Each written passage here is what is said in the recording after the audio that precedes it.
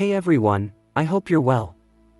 This is the story about what if Naruto went to Demon Slayer universe. Before we start, please subscribe to the channel and like the video as well.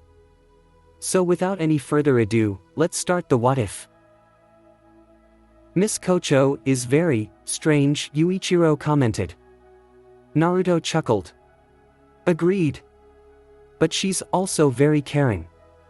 And certainly not as strange as you, he added, to which Naruto rolled his eyes.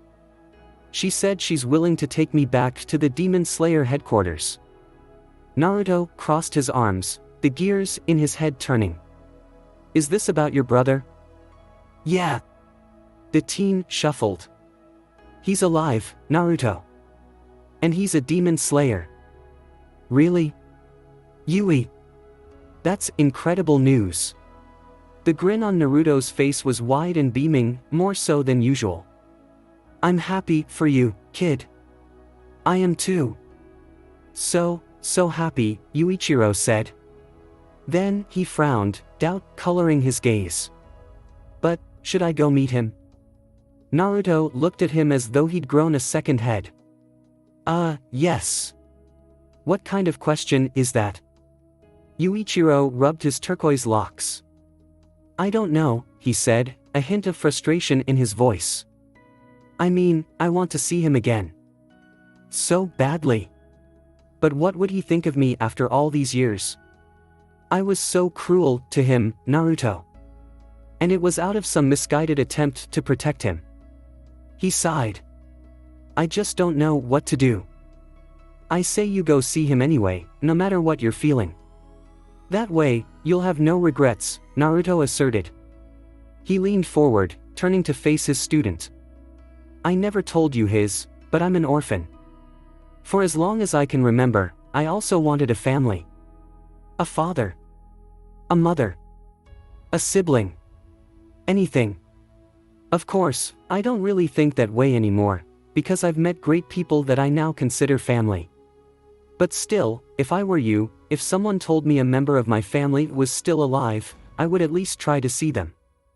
Yuichiro mulled over his words, sighing. I need to think about this some more. Naruto patted him on his back. Take your time. Several minutes passed, and Susumaru emerged from the clinic, Kimiko padding alongside her.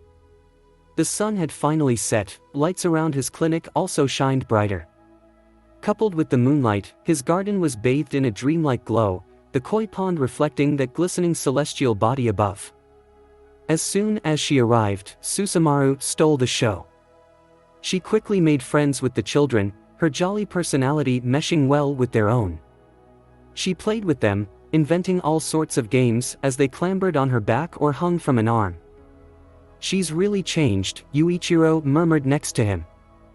Naruto nodded, gazing upon her fondly. Yeah. Susumaru then summoned a temari, and the children immediately began to play with it, passing the colorful ball amongst themselves. A distance away, Shinobu stiffened. Her eyes had been on the demon the entire time, just waiting for her to make a move against the people here.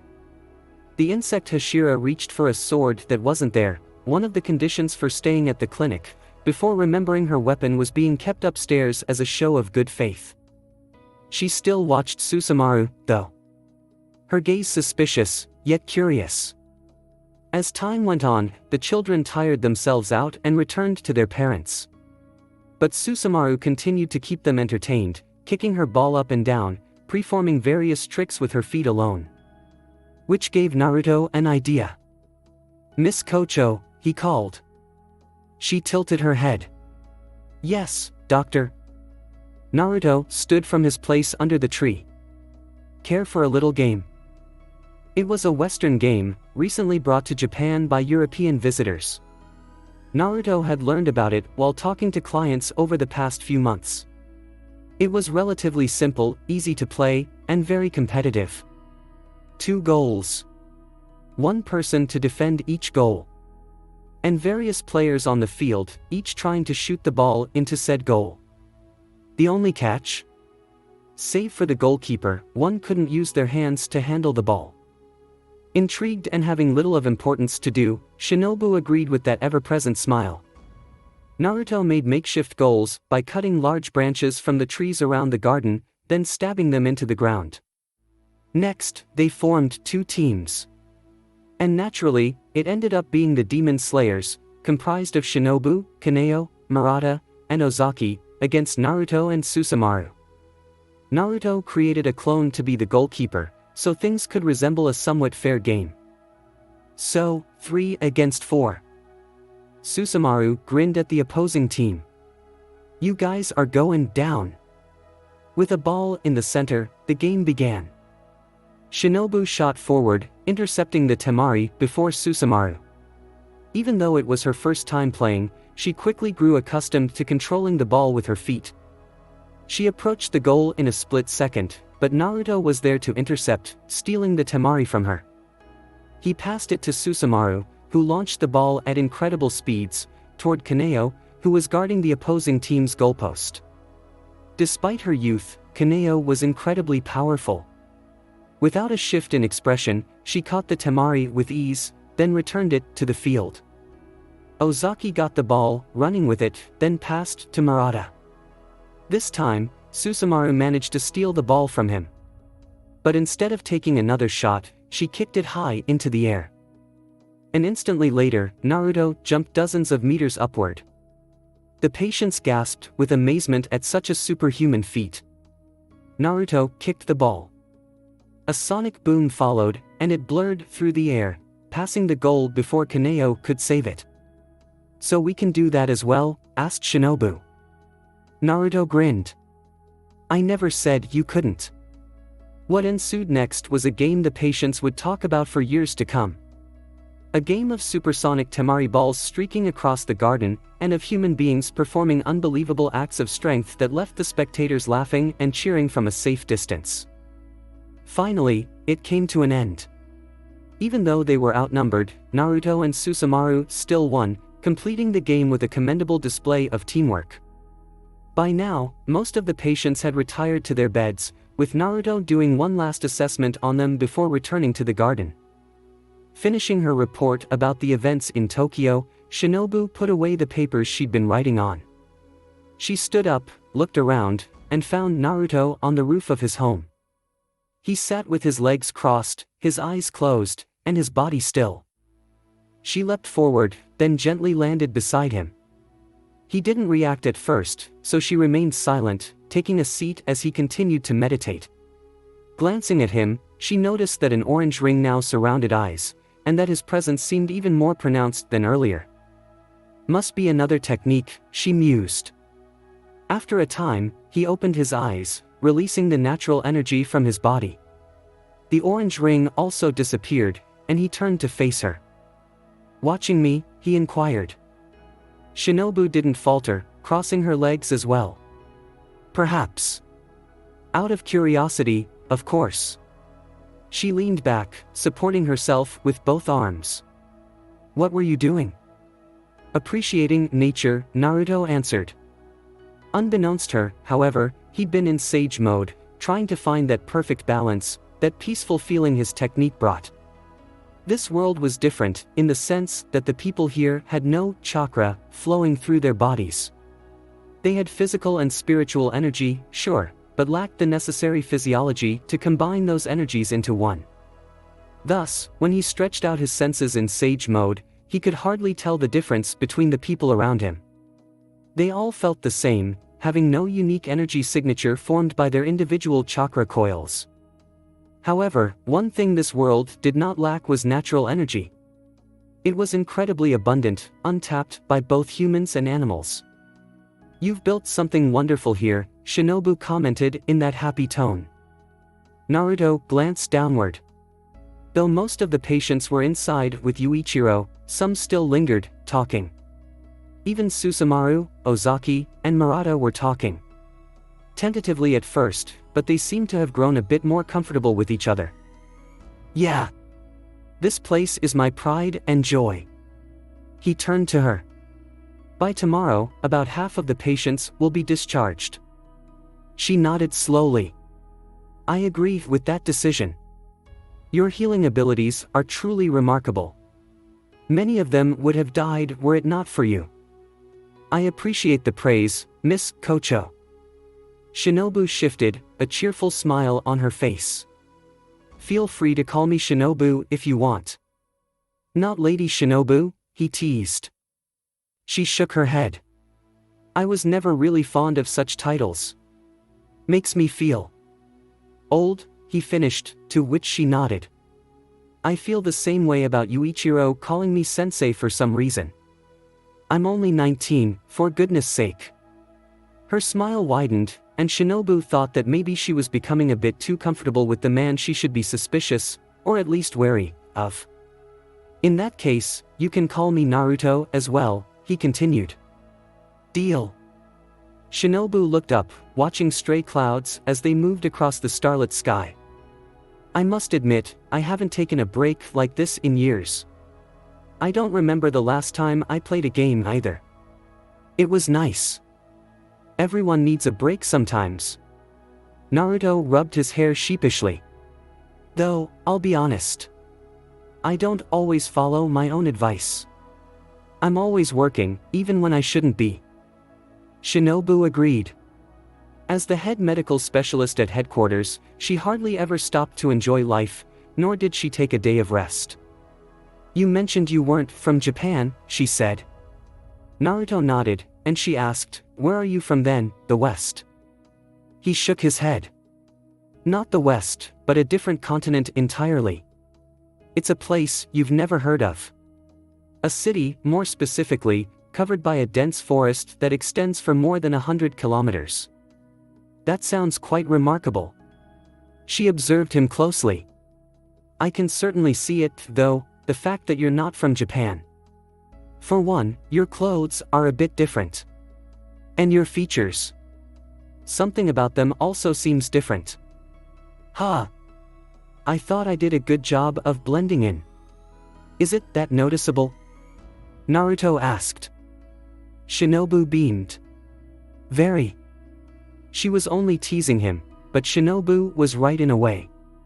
Even though they were both human, Naruto noticed some differences between them. Subtle, but still noticeable. And it was mainly the eyes. He didn't know what it was about the people in this world, but many of them possessed very striking eyes. Especially Shinobu. By the way, Naruto began offhandedly, why do you always do that? Shinobu tilted her head, that same smile on her face. Do what? He pinned her with a stare. Smile, even when you're so angry. His words froze her in place, her eyes widening. And immediately, Shinobu's whole facade fell apart. You noticed. I did. Not only could he sense the negative emotions pouring off of her, he could also see through those fake smiles and forced laughs. Then you're even more perceptive than I thought. She looked down, a deep sadness in her violet orbs. You're correct, Naruto. I am angry. Naruto watched her, his gaze softening. At who? The insect Hashira took a breath. In that moment, she seemed far older than 18 years of age. At demons, because of all the suffering they've caused. All the grief. All the death, she whispered. But none of that compares to the anger I hold toward myself. Naruto's attention remained on her, and she continued. My sister, she was a demon slayer. One of the most powerful around. Yet even she was killed, and I wasn't strong enough to help her, to stand by her side as she faced that monster, Shinobu hissed. I hate demons with a passion. It's a hatred so deep that even I'm surprised by it. She glanced downward, toward Susumaru, who was feeding the koi. But now, I'm conflicted. I'm not like my sister, no matter how much I pretend to be. Kane would be thrilled to meet Susumaru. Because she was kind, loving, always smiling, and she had sympathy for demons.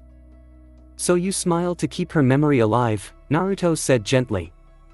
Yes. Shinobu nodded. But also, to keep the anger, the sadness, all of it, at bay. She didn't know why she was telling him this, but the words just kept coming and coming. Years of pent-up feelings were being released in these tender moments, and she wasn't sure whether to feel ashamed or relieved. "But I'm tired now." "So tired," she whispered, and Naruto realized that he wasn't looking at the insect Hashira of the Demon Slayer Corps, but at a young woman saddled by so much responsibility. "I understand, Shinobu. I really do." He looked forward. "Because I'm just like you." Shinobu turned to him, a curious desperation on her face. A desperation to have someone she could relate to. "I'm not a typical human being, as you've noticed," Naruto began. "Even among my own people, I'm different. As a child, I was shunned for this difference. I was hated. Despised for something I didn't do. For something I had no control over. And like you, I smiled. All the time. I smiled until it hurt. I smiled to cope, and to show the people around me that they couldn't hurt me." He glanced her way, tenderly, empathetically. "I've gotten over this habit for the most part. But sometimes, I still do it. I still smile when I shouldn't." Shinobu hung on to his every word. "And I have to remind myself that it's okay to feel anger, or sadness, or loss. It's okay to feel tired," he said, then rubbed his spiky mane. "I don't know if what I'm saying makes sense, but I just want you to know that you're not alone, Shinobu. We're the same." The insect Hashira looked down, pulling her legs into her chest. "I'm not alone, huh?" "Of course not," he said. Still looking down, Shinobu smiled. A real, genuine smile. It was small, barely curling the edges of her lips. "Naruto. I think I needed to hear that." "We all do, every once in a while," Naruto said with a smile of his own. Something changed in that moment, something Shinobu couldn't quite discern. But she quickly realized why she had found Naruto so fascinating. Because both of them were quite similar. "You were despised by your own people?" the insect Hashira ventured. Naruto frowned. "Unfortunately. But things got better as I grew older." "It sounds like there's a story behind this," Shinobu said, interest growing. Naruto crossed his arms. "Yup. A long, long story." Shinobu leaned closer. "Now I really want to find out more about the mysterious man beside me." "You can try," Naruto replied mischievously. "But I'm not an easy nut to crack." Shinobu let out a gentle laugh, and Naruto thought that it sounded quite beautiful. "Even after I told you my story?" "That's no fair, Naruto." Eventually, they slipped into a comfortable silence. Just listening to the wind as it rustled the leaves of a tree. In that moment, a small branch fell, striking Susumaru on the head. The demon yelped adorably, turning around in circles to see what hit her. Naruto chuckled. And Shinobu looked at her with a soft gaze. "I don't trust her yet," she admitted. "But Susumaru gives me hope that my sister's dream can become reality. That maybe we can actually get along with demons, like she so desired." The insect Hashira then stood, stretching her arms. Today had been a nice day. She should be patrolling the area near Naruma, but with Tengen around, she felt more at ease with the idea of resting for one night. "I enjoyed our talk," Shinobu said sincerely, her smile warm and kind. I'm relieved that I found someone who understands me." She leapt down from the roof, a rush of wind left in her wake. So Naruto leaned forward and cast his gaze upon this place, his home. That which he had cultivated in a span of 3 years. It was beautiful, calming, and it made him happy. "Do I really want to go back?" he whispered. The question echoed in Naruto's mind, even as he continued to meditate, closing his eyes, and letting nature in. Midnight. The balcony doors were open. Muzan could feel the breeze as it wafted into the bedroom. It was gentle, soft against his pale skin. The moon also shinned. Almost like the sun. But not quite the same. Rei snuggled up against him, her bare chest pressed into his side. She shuffled in her sleep, an arm wrapped tightly around his waist. Her warmth was intense, especially beneath the covers. He'd given her what she desired, a passionate night in bed. If Muzan wanted to keep using her and her family's connections, then these obligations were necessary. It wasn't a foreign concept to him. After all, he'd been living among humans for a millennium. As such, he knew that certain activities were required to keep intimate relationships alive. No matter what form he took, whether that of a man or a woman, his partners always craved this closeness that he no longer needed as a demon. Several minutes passed before he gently untangled himself from Rei's arms. She moaned in protest, but stayed asleep. He watched her, the thought of devouring her crossing his mind. But he refrained from doing so. Instead, he pulled the soft covers over her body. Muzan then walked onto the balcony outside, where he could see the humans walking below. The demon snapped a finger, and someone appeared, head bowed at the feet of his master. Muzan spared the new arrival a single glance. "Where is your partner?" he questioned. Yahaba froze, a chill of fear running through him. "I don't know, master. She's been gone for a few." Silence. Yahaba shut his mouth.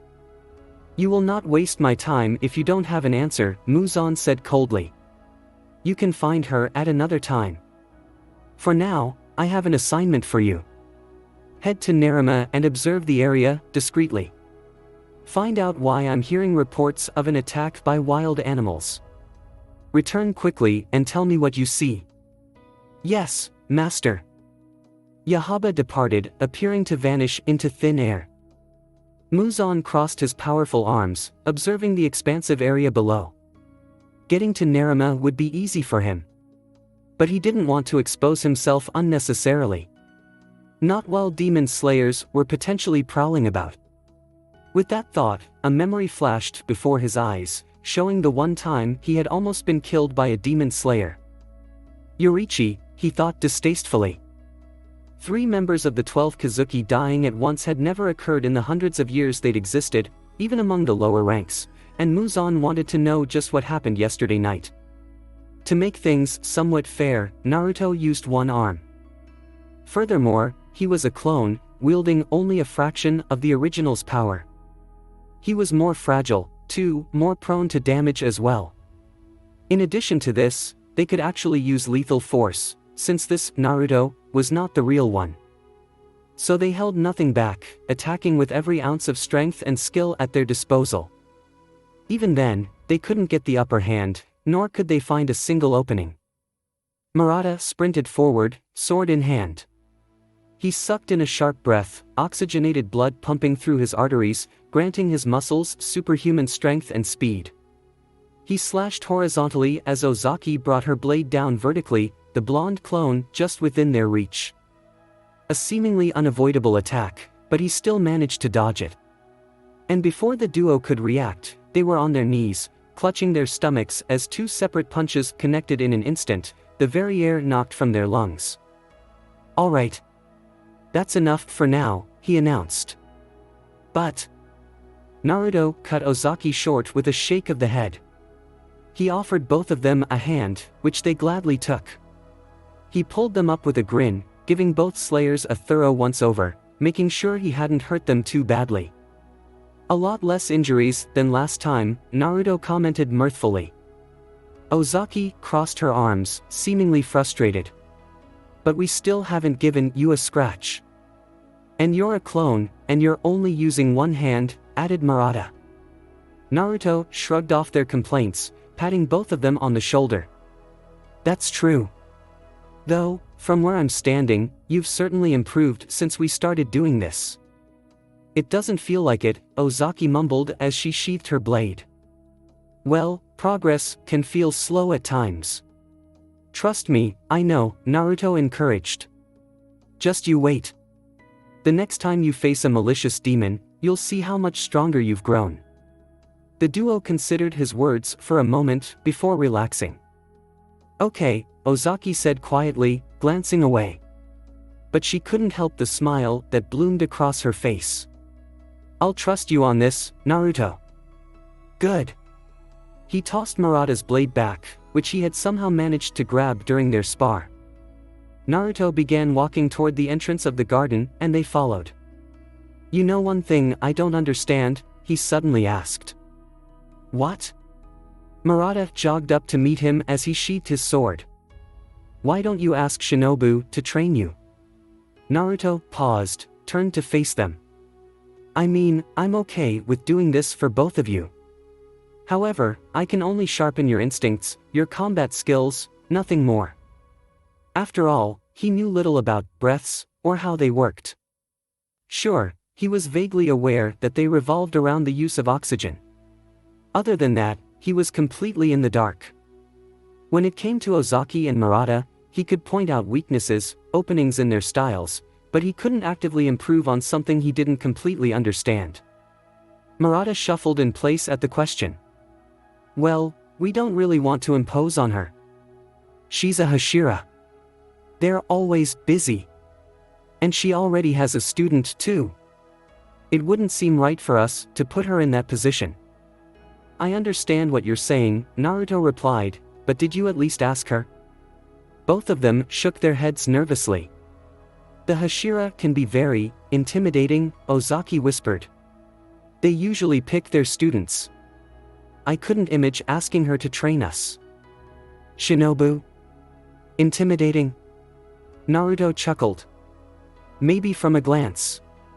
If you take the time to talk to her, to understand her, she's not nearly as unapproachable as you might think." Was this how all demon slayers felt about these Hashira? Naruto wondered. In that moment, his curiosity was piqued. He wanted to know who these famed slayers were, and what made them so special. If Shinobu was any indication, though, they were probably all weirdos. "You're a bigger weirdo than all of them, probably." "Oh, shut up, Kurama." Only a chuckle echoed in return. Still, Ozaki continued. "I can't. Not now." "Maybe not ever," Murata murmured. Naruto nudged both of them with his elbows. "Come on. That's no way to do things. I thought you two wanted to get stronger." "We do," blurted Ozaki. "Then you need to take the initiative," Naruto said. "Ask her, just like you two first asked me to spar 2 days ago. You're much more laid back, though. More approachable." Murata shuffled in place. And Naruto patted both of them on the head. "That doesn't matter," he continued, doubling down. "Ask her. You won't regret it." He let them go, and both slayers considered his words for a few moments. Then Murata clenched and unclenched his fists. "Fine," he said. I'll ask her." Ozaki glanced his way. "And so will I." "Great." Naruto clasped his hands behind his golden locks. "With all that over with, do you guys want to head into town?" Ozaki arched a brow. "What for?" "To shop for medical supplies, of course." The next day, she'd stayed here longer than expected. 3 days longer, to be exact. During this time, she helped out, working alongside Naruto as the clinic saw an influx of patients, even after the events of that night.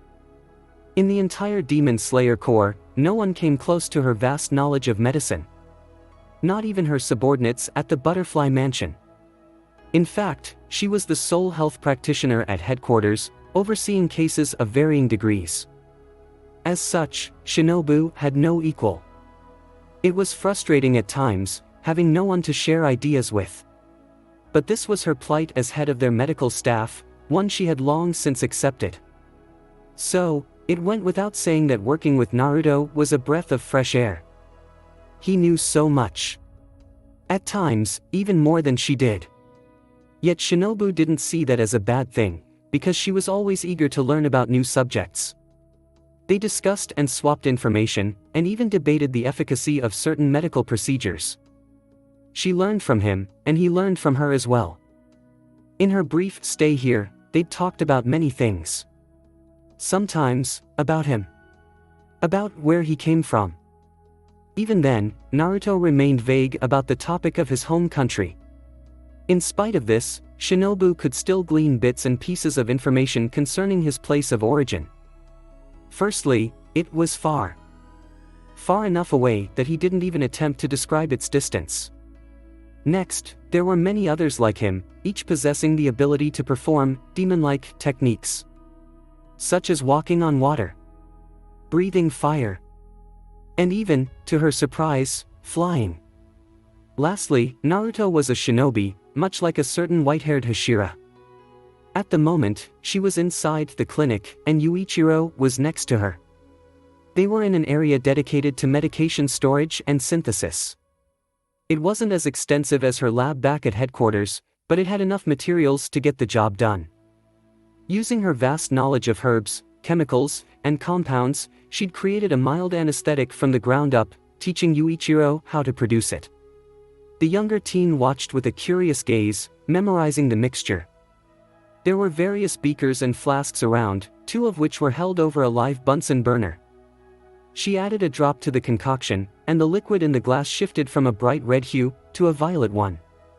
She let it boil for a time, mind and eyes wandering to the blonde doctor across the hall. He was with a patient, the young woman that had had more injuries than anyone else. Naruto was talking with her, and she looked far healthier than just a few days ago. Ready to be discharged, by the looks of things. Shinobu couldn't help but smile. The way he interacted with his patients, the way he seemed genuinely thrilled at their recovery, and the way he looked so interested in what they had to say, no matter how mundane, was always so heartwarming. This was one of the reasons Shinobu decided that she had to get him to join the Corps. She just had to. This opportunity. Meeting him. Meeting Yuichiro. She couldn't let it slip by. For all she knew, he could be the key, the advantage they needed, in this never-ending battle with Muzan Kibutsuji. Miss Shinobu?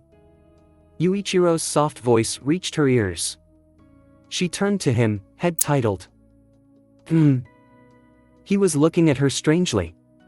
His eyes flickered to Naruto, toward where she'd obviously been looking. The mixture, Yuichiro said. Did I get it right?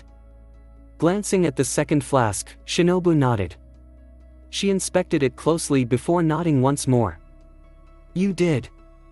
It's almost identical to the original. A smile curled across her lips. You certainly are a fast learner, just like your brother.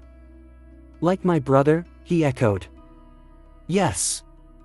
She turned off the burners, so that the mixtures could cool. He's very talented. Dare I say, the most talented demon slayer in the Corps. Yuichiro's eyes grew wide with intrigue. How so? Shinobu smiled widely. He's one of only 2 people to become a Hashira within 2 months of picking up a sword. And he's much more powerful than I am. At those words, Yuichiro stilled. It was almost hard to imagine. His frail, shy, harmless younger twin was more capable than the incredible woman standing before him. He was at a loss for words. In all the years they'd spent together, he couldn't remember a time when Michiro had even harmed a fly. But now, he was cutting off the heads of demons while most people slept. He really has changed, Yuichiro whispered. Did Michiro ever mention me? Unfortunately, no, said Shinobu, shaking her head. I figured, he mumbled. And the insect Hashira arched a slender brow. She wondered if Michiro's memory loss extended even to his childhood. Did something happen between the 2 of you? He nodded slowly, then said, I don't really want to talk about it. She chose not to pry. Instead, she grabbed the neck of one of the flasks, giving it a gentle shake. Have you decided to come to headquarters yet? He'd been very hesitant the last few days, but after taking the time to think about it, he'd finally come to a conclusion. Remembering his and Naruto's conversation that night, Yuichiro realized that he would always regret it if he didn't at least try to see his brother. Yeah. I've decided to take your offer. Splendid, the insect Hashira beamed. She clasped his hand in hers, and Yuichiro flushed beneath the attention. Despite how odd she was, he'd freely admit that Shinobu was quite beautiful, stunning, really. Now, to reiterate, Shinobu said. Our headquarters is in a secret location, and non-members aren't allowed to enter without permission, so I can't take you there just yet. I want to discuss this in person with the master first. Knowing him, I'm sure he'll be delighted to have you come. Yuichiro shrugged. That's fine. I've waited this long. What's a few more weeks? They resumed the lesson, with Shinobu showing him one more mixture and teaching him about various plants and herbs. He absorbed the information like a sponge, ever ready to learn from the knowledgeable woman beside him. Even though Shinobu observed his progress, every once in a while, her violet gaze would flicker to where Naruto was, where he was still talking and laughing with patience. You're staring, you know, Yuichiro voiced. Shinobu didn't deny it. I know. Yuichiro arched a brow at her bluntness. You seem awfully interested in him. Shinobu turned to Yuichiro, smiling. That's because I am. Her gaze strayed to the blonde doctor once more. I believe he would make an excellent addition to the Demon Slayer Corps. Well, good luck trying to convince him to join your organization, the teen stated. He's always made it a point not to get too involved with this country. Why's that? She inquired. Naruto was a foreigner, that much she knew. But there was more to it, more details than she had been told. Yuichiro shrugged. You should ask him that question. Shinobu glanced his way once more, mind swirling with interest. The more she learned about him, the less she knew, it seemed. The insect Hashira took her flask and poured it into a new beaker. Then she washed her hands and made her way to the other side of the clinic. Repeat that mixture 3 more times, she said over her shoulder. Curious, but compliant, Yuichiro did as she instructed, recreating the solution he had just learned to make. It was a separate area of the clinic, an open space with many places for patients to stay. Naruto noticed her approach, even before she arrived. He was laughing, sitting at one of his patients' bedside. The most injured woman here. At death's door, just days ago, she was the picture of health. The horrible bite marks that defined her tenuous state were no more. Not even scars were left. She had short dark hair, and even darker eyes. Her smile was soft, yet tentative. But she looked far more comfortable than days before, because Naruto had managed to pull her out of her shell. You certainly seem like you're having fun, Shinobu commented cheerfully. We sure are, Naruto replied. Isn't that right, Seo? The young woman nodded shyly, pulling the covers over her lap. Yes, Seo mumbled. Naruto turned to his fellow medical practitioner.